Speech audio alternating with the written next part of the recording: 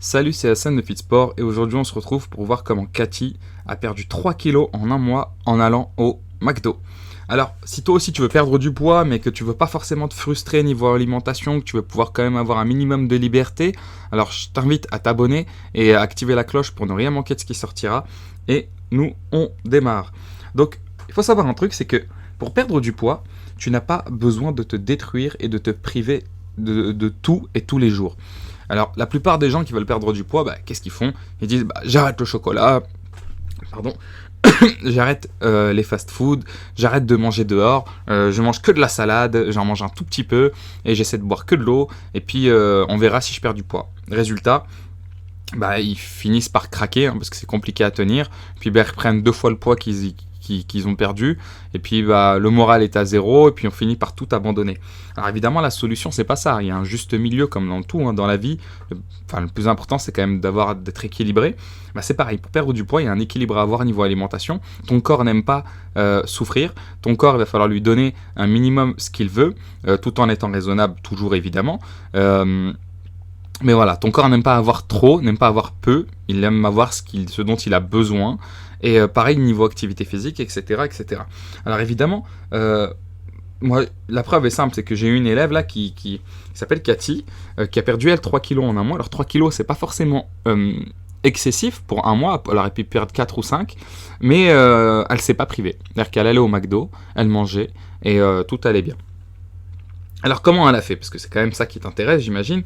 En fait, c'est simple. Je lui ai appris à se gérer. Quand je dis se gérer, c'est pas que elle va manger un McDo aujourd'hui et ce soir elle mange pas, elle saute un repas. C'est pas du tout ça. Non.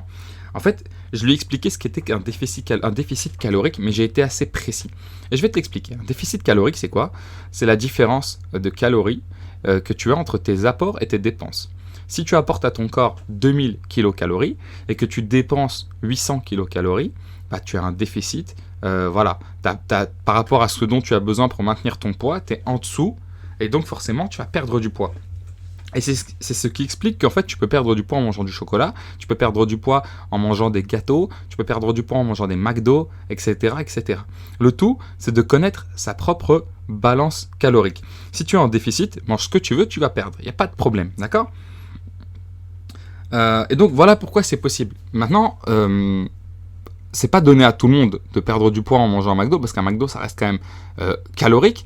Mais dans son cas, il lui arrivait 1 à 2 fois par semaine d'aller manger au McDo, à manger le midi au McDo, et le soir à manger quelque chose d'un peu plus léger, mais de consistance, c'est-à-dire qu'elle n'avait pas faim, elle n'allait pas dormir en ayant le ventre vide. Et elle savait quoi manger, elle s'appuyait sur mes conseils et tout allait bien. Et au final, elle perd du poids sans être frustrée, sans faire d'activité physique et en mangeant, en ne se refusant pas forcément de se faire plaisir. Alors forcément, j'imagine que tu veux en savoir plus, et pour ça je t'ai préparé un petit guide où il y a mes 7 meilleures astuces pour perdre du poids. Alors c'est en description, tu verras, c'est tout en haut de la description. C'est juste en dessous de la vidéo là, et c'est totalement gratuit, c'est pour toi, c'est pour t'accompagner. Et moi je te dis à demain, ciao ciao.